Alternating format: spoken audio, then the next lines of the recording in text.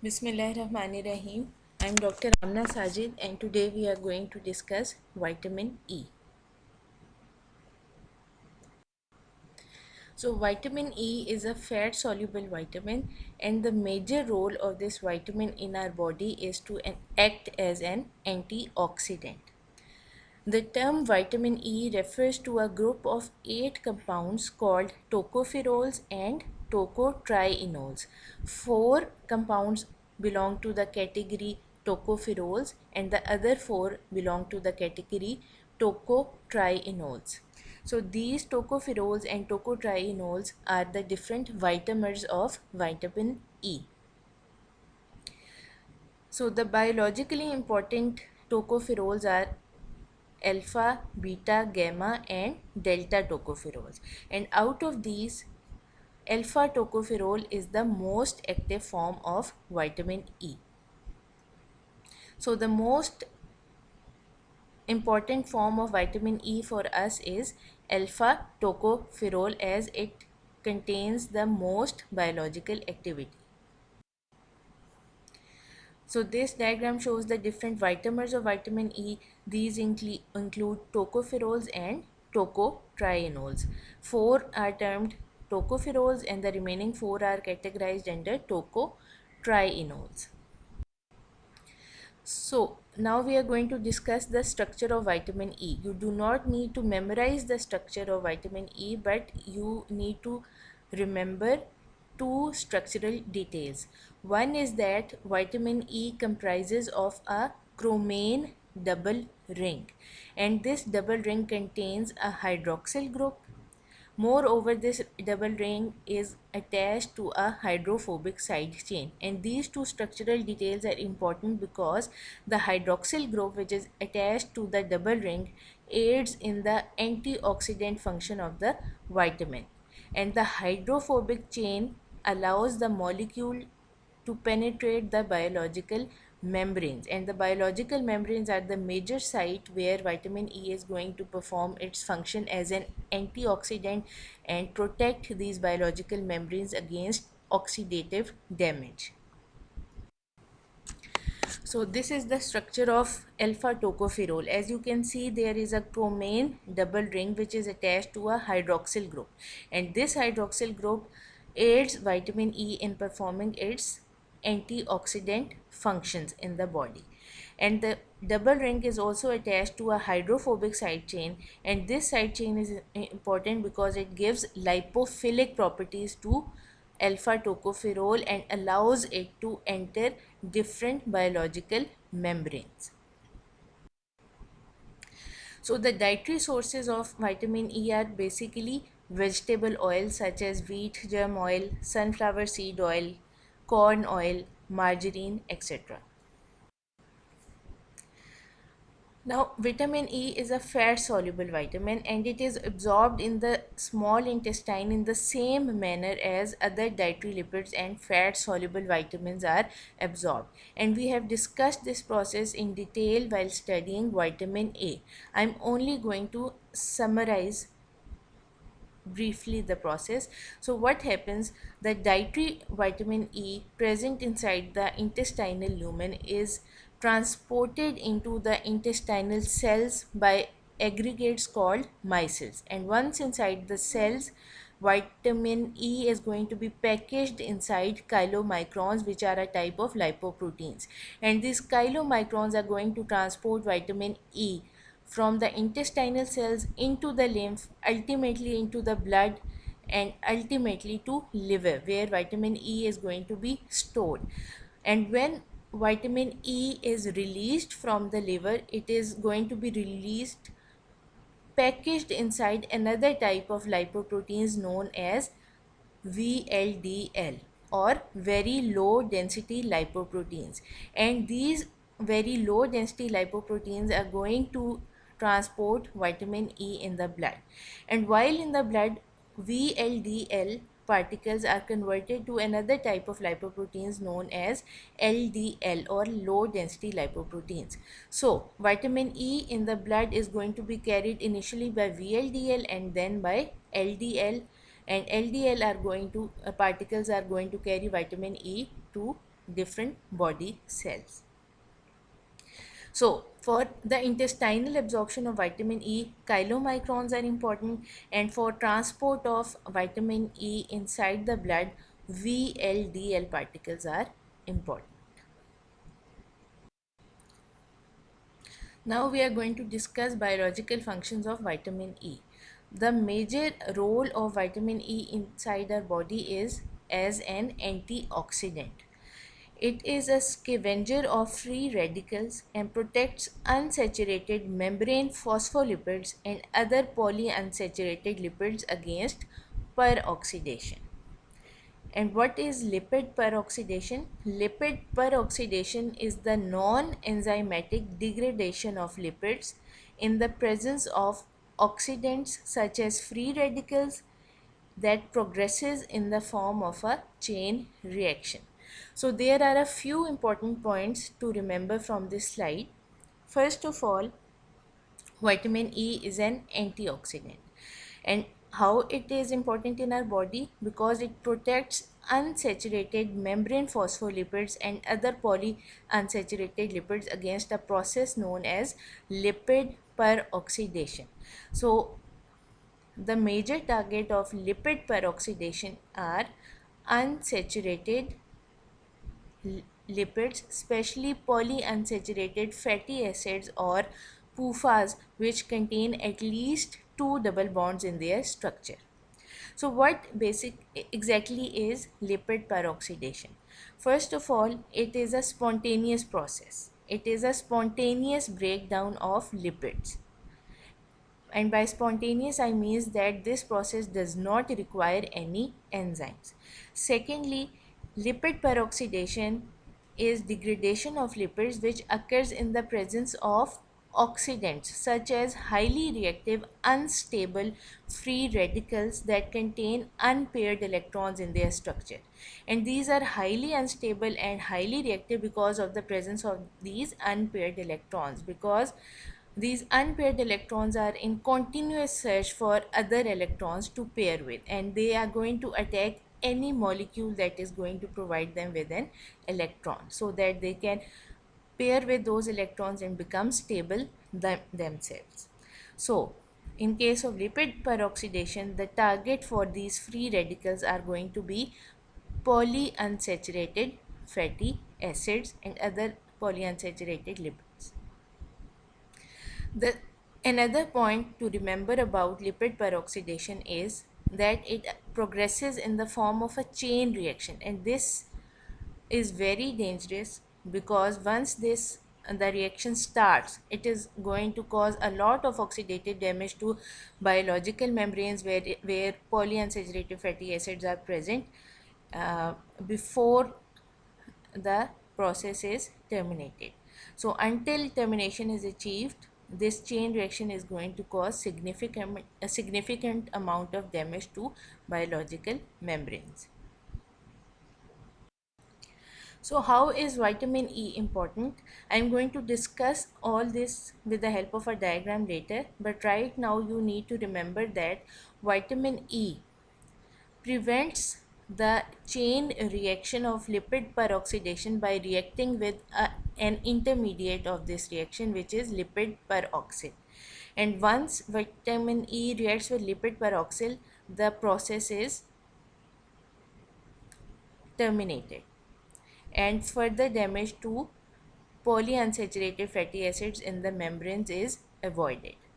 And during this process, when vitamin E reacts with lipid peroxide, vitamin E itself is converted to a free radical known as tocopheroxyl, and this free radical form of vitamin E is reduced back to its alpha tocopherol or oxidized form by vitamin C or reduced glutathione. So vitamin C is another antioxidant vitamin which is going to convert free radical form of vitamin E back to its reduced form. And in addition to vitamin C, reduced glutathione can also perform this function, which is to convert tocopheroxyl to alpha tocopherol. or in other words, reduced glutathione can also convert free radical form of vitamin E back to its reduced form. So, vitamin E works in concert with other antioxidants such as vitamin C, and selenium, which is a part of glutathione reductase. We are going to discuss this later as well. So, this is the whole process of lipid peroxidation.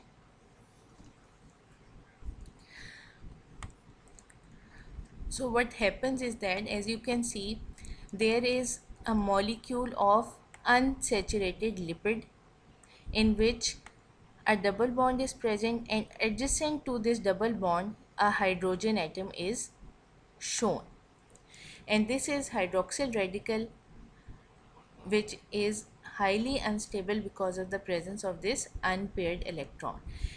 So what happens in the first step of lipid peroxidation, which is initiation, this hydroxyl radical is going to attack this hydrogen atom which is adjacent to the double bond in the unsaturated lipid molecule.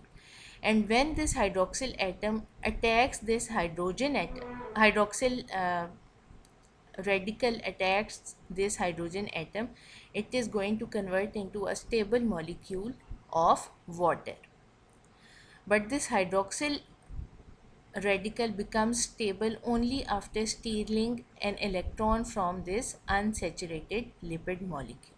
As a result, stable water molecule is formed, and this unsaturated lipid molecule has been converted to a lipid radical, and we call this a lipid radical because it now contains an unpaired electron, and this unpaired electron is highly unstable and highly reactive because now it is in search of other electrons to pair with. So what it is going to do, it is going to react with an oxygen molecule, resulting in the formation of a molecule known as resulting in the formation of a species known as lipid peroxyl radical.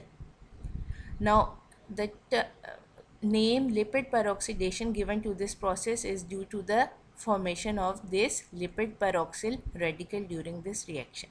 So, what happens? Lipid radical, which is formed in the first step, is going to react with oxygen molecule and is going to convert into lipid peroxyl radical, in which one carbon atom is attached to two atoms of oxygen, and one of these oxygen contains an unpaired electron.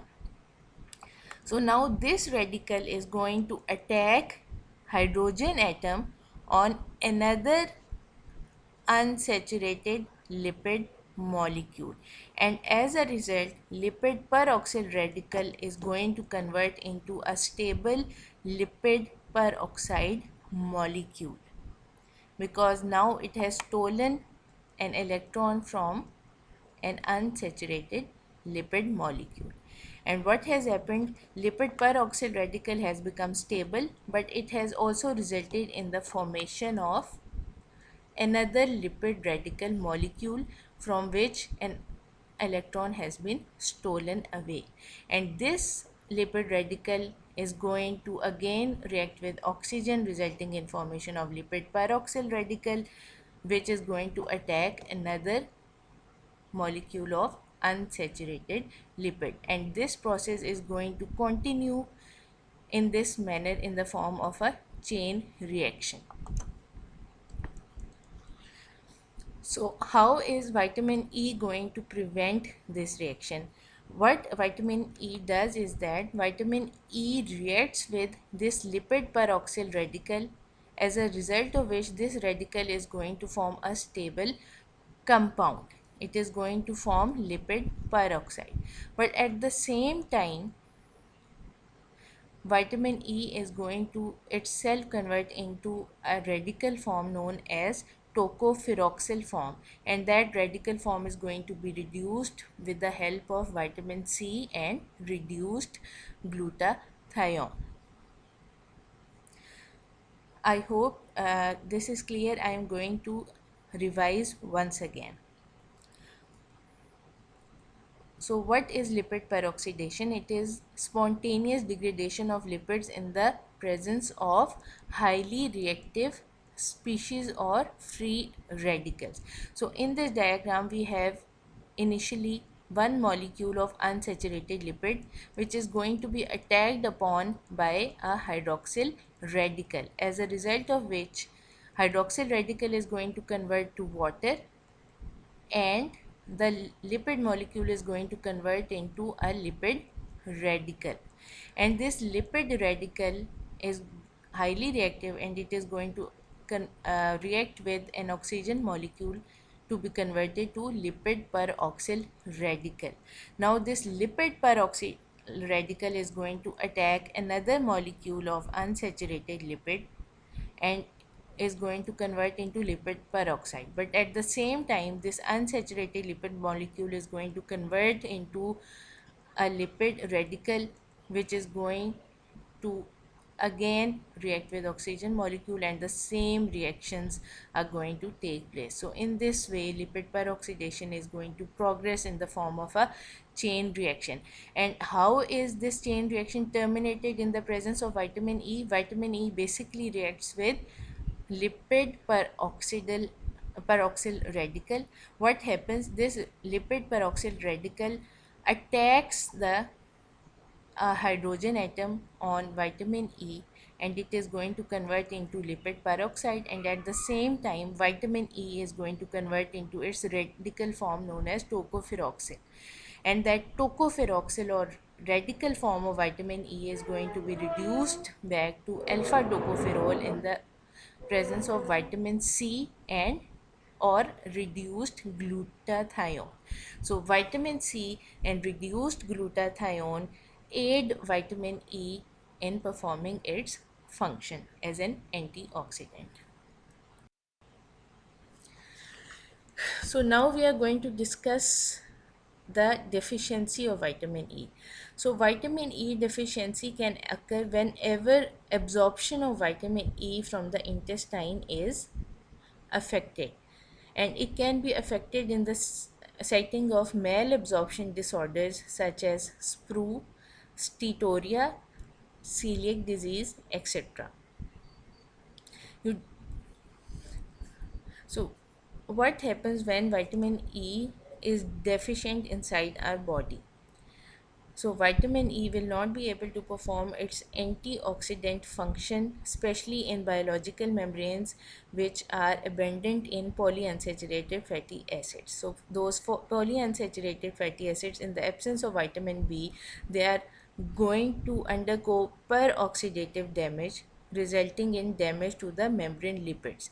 And in specialized cells such as in erythrocytes, when membrane is damaged, it can result in hemolysis and hemolytic anemia.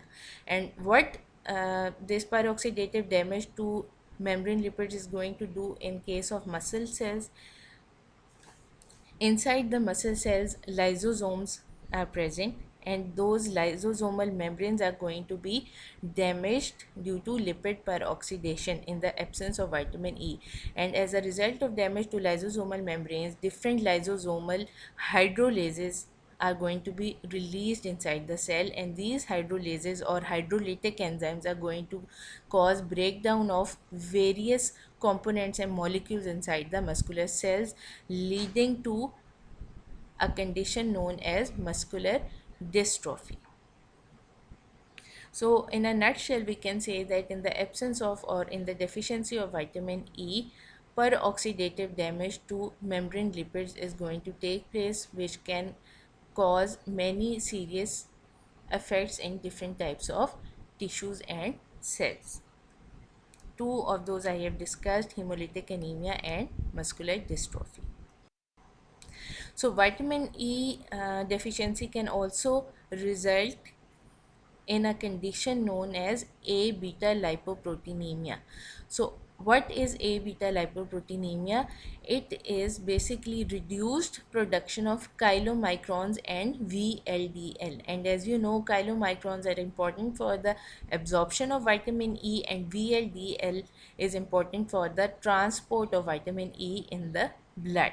So, in this condition, vitamin E deficiency is going to take place. And in A beta lipoproteinemia, not only vitamin E absorption is affected, but also absorption of dietary fats and other fat soluble vitamins is also reduced significantly, because chylomicrons are the lipoproteins which basically transport dietary fats and fat soluble vitamins from the intestinal cells into the blood. So, in A beta lipoproteinemia, symptoms appear very early in life, and those early symptoms include failure to thrive, diarrhea, stool changes, etc. And later on in life, individuals affected with A beta lipoproteinemia show other symptoms as well, such as impaired functioning of the nervous system, causing slow intellectual development, poor muscle coordination, progressive ataxia, and retinopathy. And in these individuals, high dose vitamin E therapy is an important part of their treatment.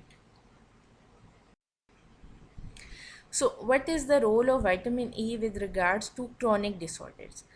As vitamin E is a very important antioxidant inside our body, it was postulated by different scientists that it can have a beneficial role in the treatment of chronic disorders such as diabetes mellitus, ischemic heart disease, etc., and also in the treatment of different cancerous or neoplastic diseases.